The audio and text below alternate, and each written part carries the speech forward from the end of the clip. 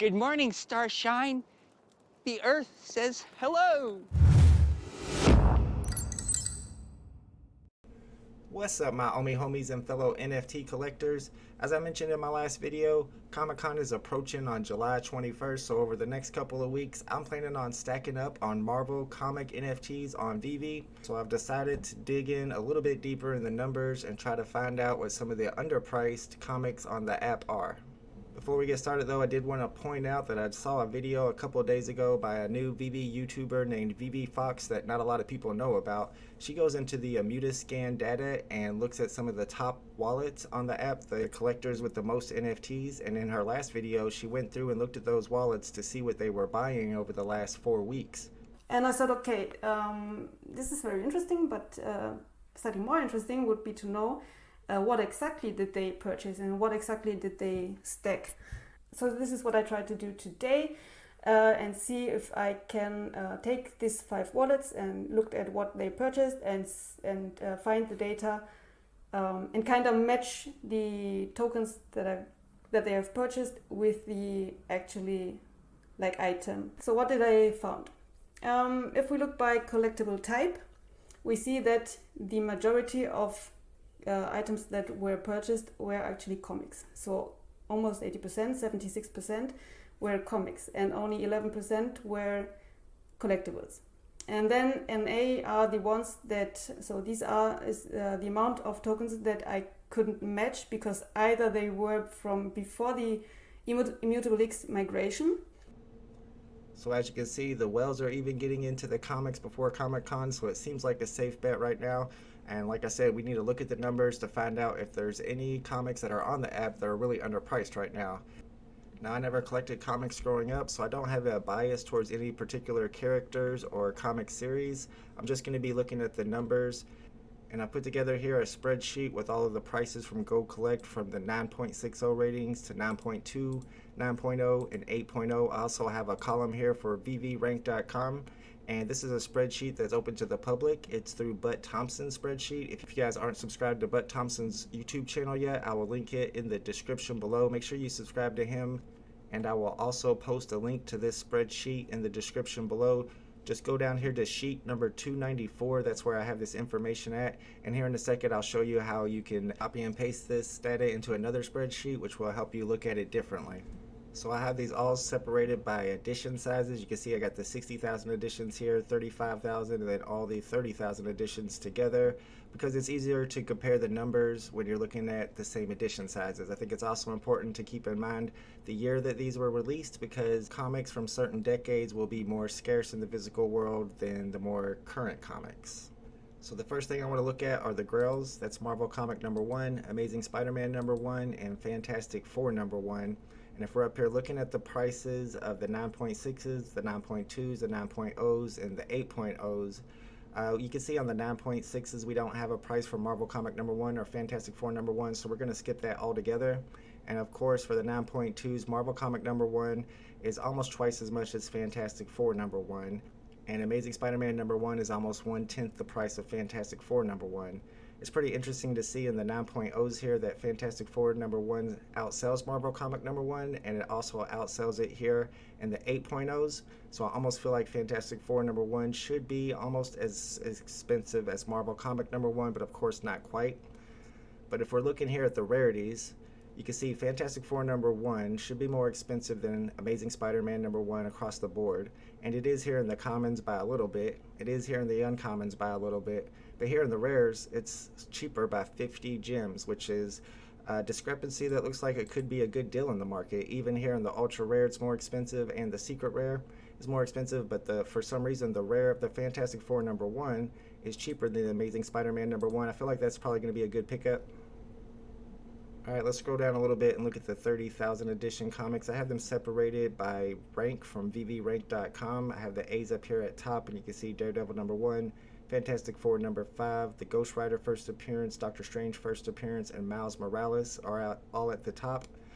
Ultimate Fallout 4 is a more current comic, so I'm going to be mostly looking at these top 4 when I'm looking at the A tier 30,000 edition comics.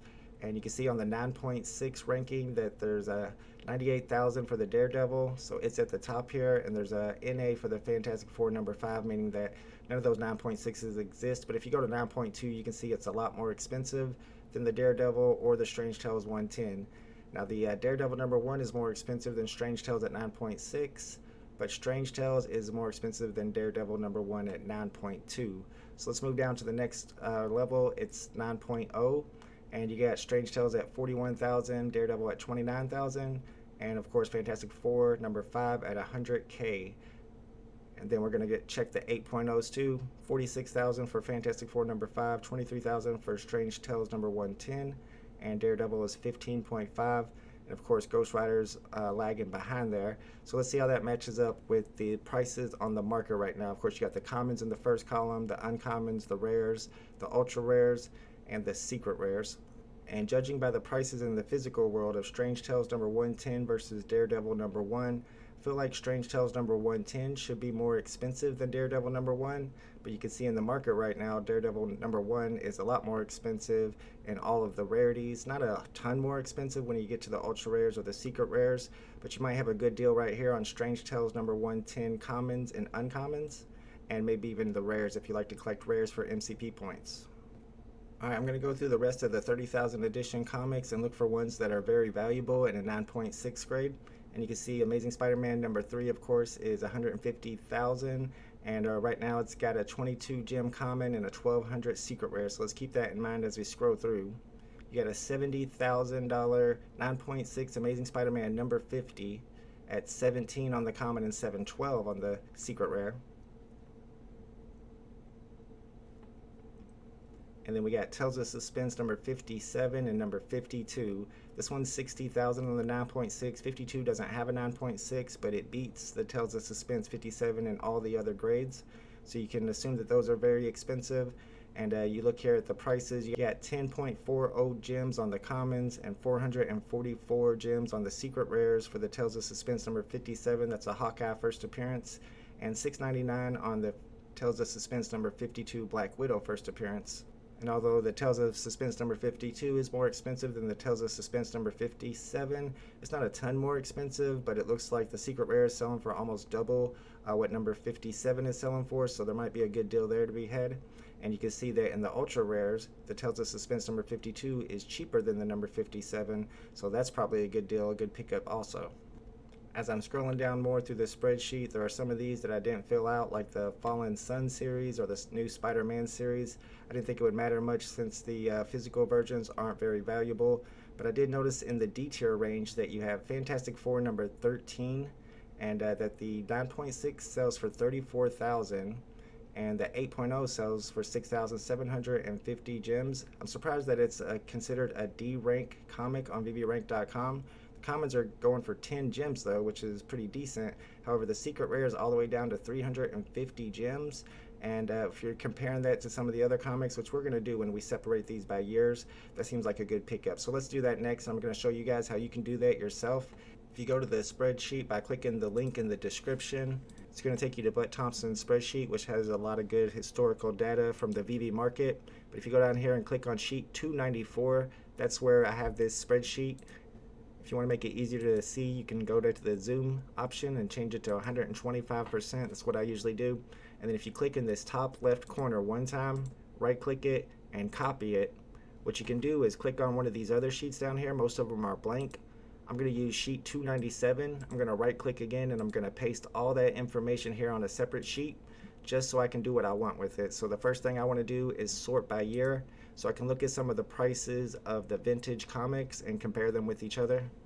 Alright, so when I sort the spreadsheet by year, I'm looking at the comics that are from the 1960s, so they all pretty much have the same edition size in the physical world, although as you can see, some of the edition sizes on the VeVe app are different. But one thing that jumps out to me is this 18,500 for a 8.0, 54,000 for a 9.0, but then you look at the prices over here on the VeVe market and they're a lot lower than all the ones above it, even though it has a higher price in the physical world. So I'm checking to see what that is, and it looks like it's Sergeant Fury and Commandos number 1, a newer comic on the app, a Nick Fury first appearance, and this is one that doesn't have a 9.6, but if you're looking at the 9.2, the next one down, It's beaten Strange Tales 110. It's beaten FF number 12. It's beaten Journey into Mystery. It's beaten a lot of stuff here on the app, but this stuff is more expensive in the market. So I feel like Sergeant Fury and Commandos number 1 is probably a good pickup across the board. All right, there's a lot of information here. I can see quite a few comics in the market that are going to be good deals, but I can't go through them all or the video would be super long. There's another way I want to look at this data though. I want to sort the years from Z to A so that we have the current comics at the top now, and we can look to see which ones are actually the most popular in the physical world.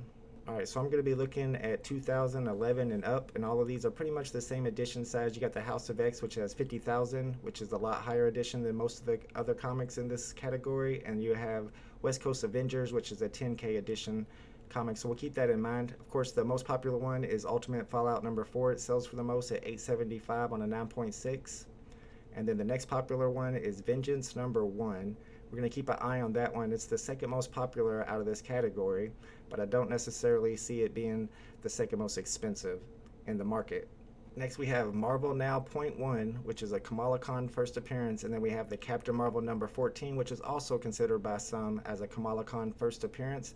They both came out around the same time, and they both have the same edition size as NFTs. You can see they sell for the same amount as 9.6s, and almost the same amount on all of them. Marvel Now .1 even beats Captain Marvel number 14 on a 8.0 and a 9.0 grade. But when you look at them in the market, you can see that Marvel Now .1 is a lot more expensive than Captain Marvel number 14. And that doesn't seem to make sense to me. It seems like they should be around the same price. So Captain Marvel number 14 with the Kamala Khan first appearance, especially with a $2.60 common, probably a good pickup right now. Alright, also if we compare those prices of the Marvel Now .1 and the Captain Marvel number 14 with Vengeance number 1, again came out around the same period, you can see that the Vengeance number 1 should be a lot more expensive. It's beaten Marvel Now .1 and Captain Marvel both in the physical world, and it's only a little bit more expensive right now in the market. So I think that this one could be a good pickup, especially the secret rare at 200 gems, where the Marvel Now .1 secret rare is at 269 gems. Alright guys, one more way I want to look at the information real quick is to sort the secret rare column by the cheapest and put the cheapest at the top, and then go through and look at some of these prices to see if any of these cheap secret rares are underpriced. The first one that pops out at me is Uncanny X-Men number 96, is under 100 gems, and it has a pretty decent price here on all of the grades. Again, you got that Captain Marvel number 14 for only 90 gems on the secret rare. Looking at the physical edition prices, that seems like a good pickup. And going down a little further, you got Night Nurse number 1, sells for 3,900 at a 9.6 grade, and the commons are only going for 3.5 gems, and the secret rare is only 135 gems. Compared to some of these others, it seems like a good pickup. Also, you got Tales of Suspense number 77. The secret rare is looking like a good pickup for sure.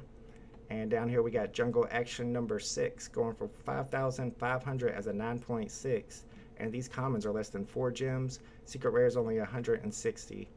Alright guys, so like I said, I'm going to link that spreadsheet in the description below, and you can check out the information for yourself and decide what you think are good pickups in the market right now. What you need to decide is what type of rarity do you want to go for. I know a lot of the physical comic collectors that are collectors on VeVe like to get the secret rares, but a lot of those secret rares are very expensive. Not everybody has the gems for those. There are advantages to each of the rarities. The commons, of course, have the original full color covers. A lot of people like that. The uncommons are versions of the commons but are a quarter of the scarcity at usually around the same price. The rares are usually exclusive to VeVe covers, and they also give you the most Master Collector's points per gem at 2 points per day. And the ultra rares are very scarce. There's usually about 1,000 editions of those available to the public, and they have the full color versions of those exclusive covers, and a lot of times they feature the character whose comic is the first appearance. So take your time, look over the data. Keep in mind that I just entered this information a couple days ago, so the prices in the market will change. And when you're shopping for comics, look for low serial numbers at the floor price. 4-digit serial numbers at the floor price are good pickups, because whenever you're ready to sell for a profit and you place them at the floor, they sell almost instantly. Alright guys, thanks for watching. Happy comic hunting, and I will see you guys at tomorrow's drop day live stream. Later.